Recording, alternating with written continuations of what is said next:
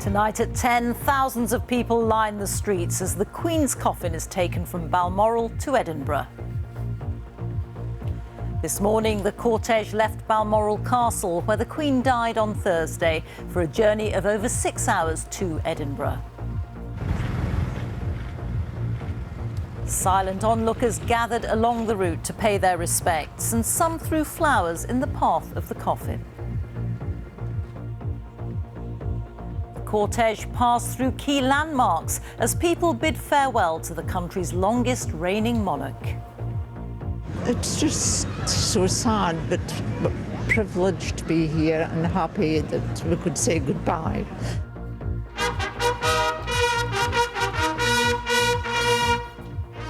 The accession of the new monarch, King Charles III, was proclaimed in towns and cities across the land, including in Edinburgh. And the scenes tonight in London as people continue to leave tributes outside Buckingham Palace, where the King held meetings with diplomats from the 14 countries that recognise him as head of state.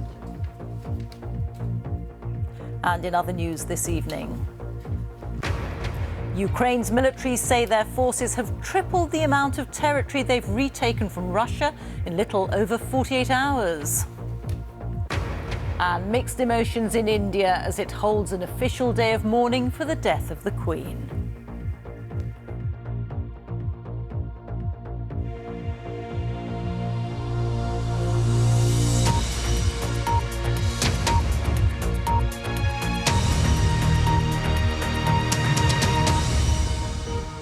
Good evening.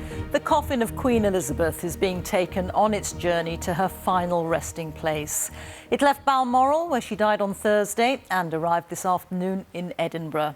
Crowds gathered along the route as the cortege made the 175-mile journey to the palace of Holyrood House, where the coffin will remain overnight. Meanwhile, proclamations formally announcing the accession of King Charles III have taken place in Cardiff, Edinburgh and Hillsborough Castle in County Down, as well as in towns and villages around the UK. The funeral cortege made the over 6-hour journey down the east coast of Scotland from Balmoral through villages that the Queen got to know well during her stays in Scotland. It went through Aberdeen, southwards to Dundee, went through Perthshire and then to Edinburgh, ending at Holyrood House. My colleague Kirsty Walk joins us from there. Kirsty.